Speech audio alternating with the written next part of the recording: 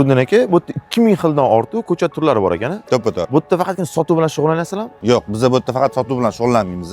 Bu yerda mijozlarimiz har bitta mijoz biz uchun individual shug'ullanamiz. Misol uchun har bitta mijoz kelib bitta dona kustarnikmi yoki qanaqadir gulmi olsa ham sotamiz. Undan tashqari tayyor proyektlarga ham podключ qilib beramiz. Borib yerni o'lchaymiz. Undan tashqari smeta qilib beramiz, dizayn qilib beramiz, poliv, turpo, hamma ishlarni podключ qilib beramiz mijozlarimiz uchun. Undan keyingi servislar ham bor? Undan keyingi qadamlarimiz ham bor. Bizda undan tashqari xota отдели bor. Xota отделimizda 3 oylik, 6 oylik yoki 1 yillik paketlarimiz bor. Bu paketlar bilan bemalol mijozlarimiz olgandan keyin bu gulni ekdi bo'ldi. Shu bilan o'zi ko'karib ketadigan narsa emas. Chunki nimaga unaqa deyapman? Bu gulni ekkandan keyin o'ziga yarasha udobniyalarini qo'shish kerak.